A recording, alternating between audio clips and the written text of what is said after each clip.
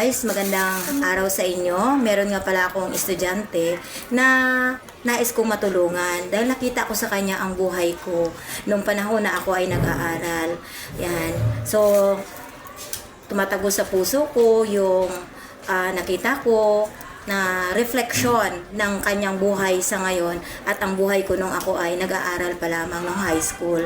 So, ako po ay nakaranas ng sobrang kahirapan sa buhay, halos walang baon, so kulang sa material at pinansyal na pangangailangan. So, nakita ko po ang estudyante kong ito at nabagbag po ang aking loob. Alam kong siya po ay hindi nagsasabi, ngunit siya po ay nangangailangan. So, ito po siya ngayon, guys. Yan. So, ito yung aking estudyante na sinasabi sa inyo. Yan. Kung ano po yung nakikita nyo sa kanya ngayon, yun po ako, nung ako ay nag-aaral. So, ayan guys, so may dubli pa yung kanyang damit guys. Dinagdihan niya lang ang kanyang uniform. Kaya ngayon, kagabi pa lang ay inihanda ko na yung mga gusto kong ibigay sa kanya. So, ito yung una kong bigay sa kanya. Galing ito sa pinsan ko, kay Beth na Hisona. Ayan. So, lalagyan niya ng kanyang mga gamit sa school. Ayan. So, ano na nga pangalan mo na? Si Princess Joy. Siya po si Princess Joy Saman, ang estudyante ko sa section honesty. So, ayan. So, ito yung isa sa napili ko na matagal ko nang damit nung sexy pa ako na hindi ko na rin naman ngayon magagamit. Kasi nga, ngayon ay aminin na natin, di ba? Na talagang lumalaki na yung bells natin.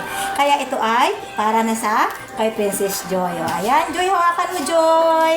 Ayan, so, ito pa, Joy.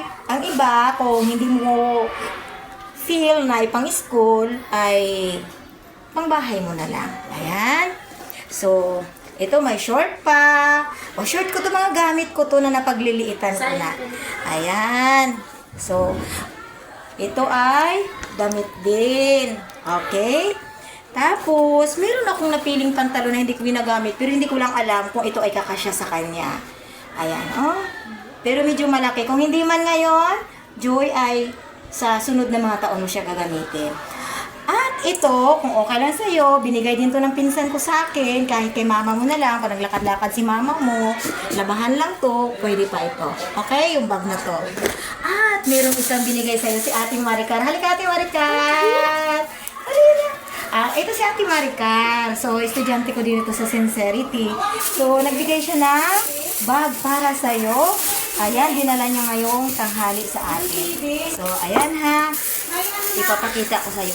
Joy, pwede mo itong magamit sa iyong pag-aaral. Ayan. So, ayan, Joy. Ayan. So, yung bag na yan, Joy, bago pa siya. Yung zipper niya lang medyo natanggal yung dito sa gilid. Pero magagamit mo pa siya kasi may zipper pa naman siya. Diba? Ayan. So, o, Joy, ano pwede mong sabihin sa ating mga manonood?